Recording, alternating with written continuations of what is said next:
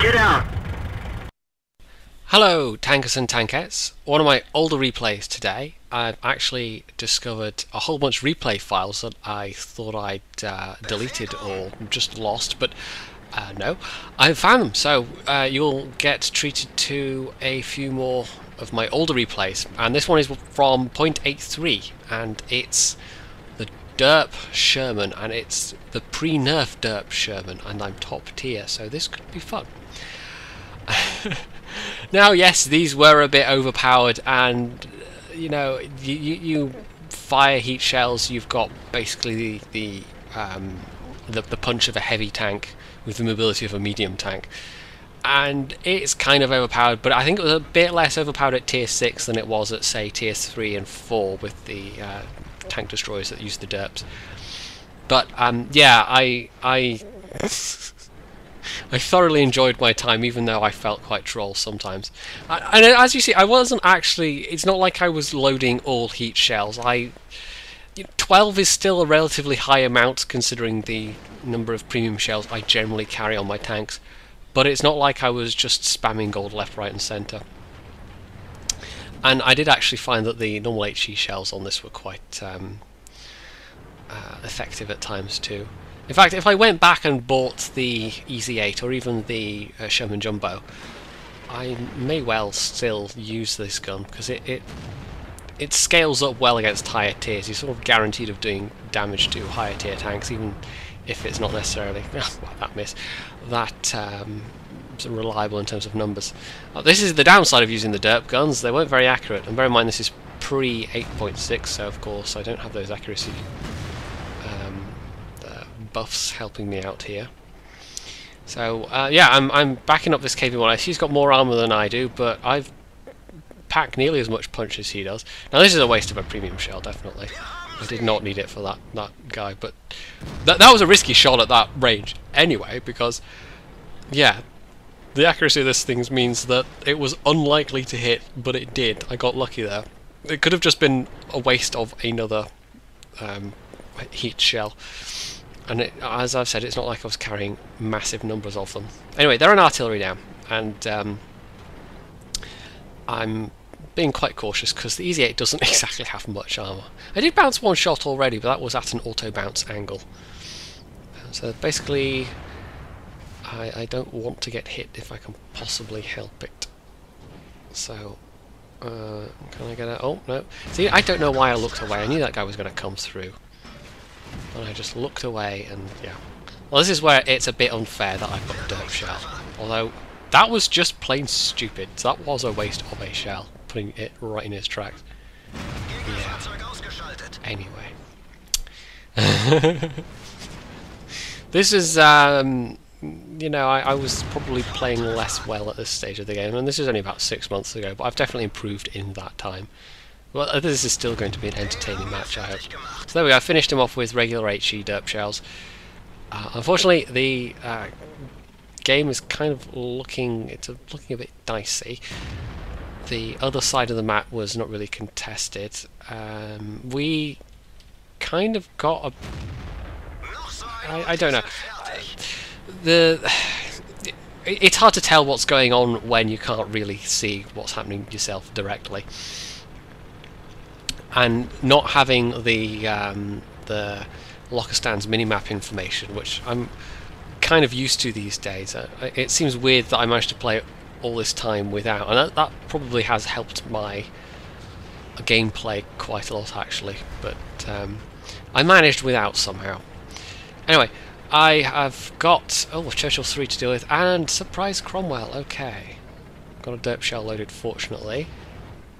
And he doesn't have armor, and he knows that, so he's backing the hell off.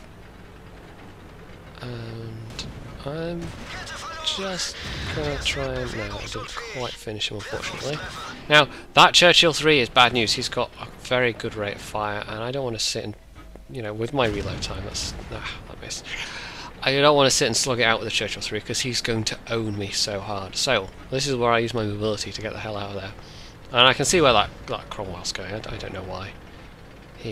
But why did I turn my turret there? And see, that was just another wasted shell. Anyway, ramming speed! Finished him anyway. Now I could risk taking down that Churchill 3, but he could definitely... Ooh, that shot. That was possibly artillery. He could probably finish me before I finished him, so again, you're going to use that mobility. And this is one of the things I really like about the Sherman Jumbo. There we go, that's another one down. Wow, the Easy 8! Sherman Jumbo does not have mobility, it has armour. The Easy 8 has the mobility, I know that.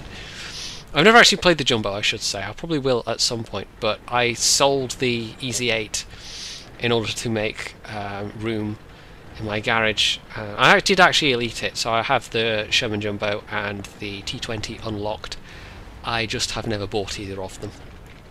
In fact, that crew has sat in the... I think they're in my Super Pershing. Although I may have done something silly like convert them to the M3 Lee, because I went and rebought the M3 Lee not that long ago. Anyway, low health. KB1S. See if I can nail this guy. Oh, I'm being very hesitant here, I don't know why. That bounce. This is the downside of heat shells, they're more likely to bounce than normal shells. An HE shell would have damaged him at least, if not, you know, it might not have killed him outright, but it would have damaged him. So I'm down to 3. Got to be careful how I use these. Fortunately, most of the enemies around are sort of lowish health. But I'm lowish health as well, so another shot will finish me. Unless it's like the Churchill 3 maybe, but... yeah. So I can get this guy, I just need to not be an idiot. Well, okay. So much for that plan. Well, I know I can reload before him, but... no! God damn it. I actually hit him that time, it just didn't do anything. And now I'm... okay, I chicken out. I don't want to get hit at all.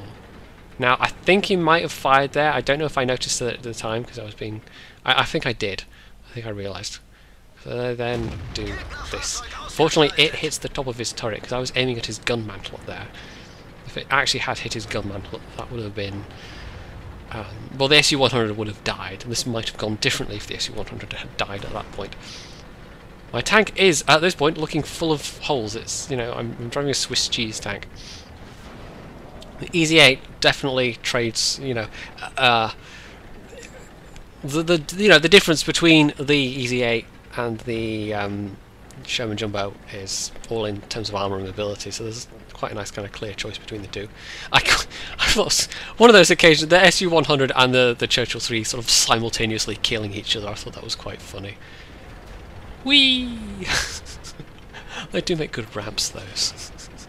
If you get an ELC off one of them, you can get some serious airtime. So it's now down to me and 2 enemies, and I don't know what state that Panzer IV is in, because if he's not a one-shot kill, I don't think he could one-shot me, but he could certainly get me in 2 shots, and if he lights me up for artillery, that's bad news.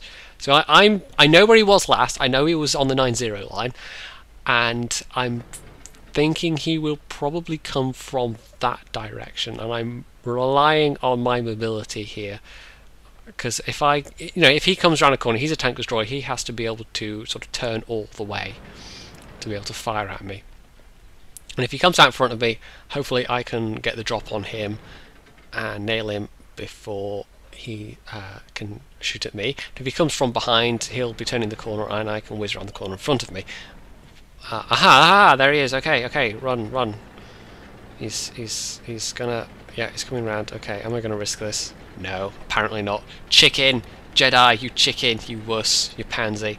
On the other hand, I am now artillery safe at this point, so it probably was the sensible move. So, will he do it? Will he risk coming forward?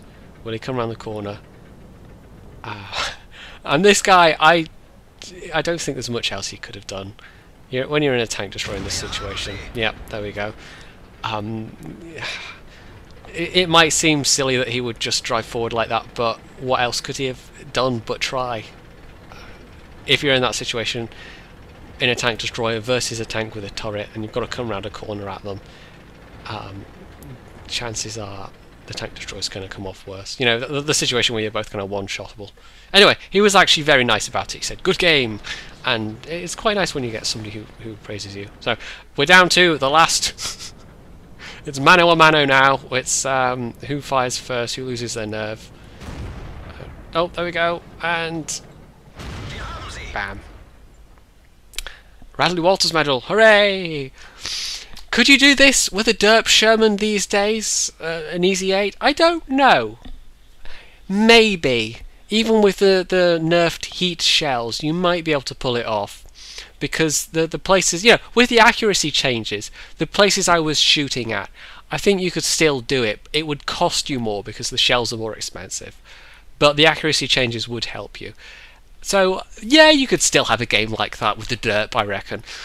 But it would be... It's a less of a good gun now when you're facing higher tiers, because it used to be that you could use those heat shells, you know, in a tier 7 match or a tier 8 match, and you could at least do some more reliable damage. But these days, you're probably better off with the MA1 2 or whatever it's called, the M4A2 even. Oh well, I had all the right letters and numbers, just in the wrong order. Yeah. So I thought that was quite a fun match anyway, and I'm glad I found these replays, because I think there's going to be some good ones in here, because they're generally matches I saved because they were entertaining, even if I was playing like more of a pancake at the time. Not that I'm not playing as like a pancake, you know, these days. Anyone that's watched the stream will know that's true. Anyway, if you enjoy this, you can hit the like button, you can leave a comment, you can even subscribe to my channel, and of course, as always, stay tuned for more.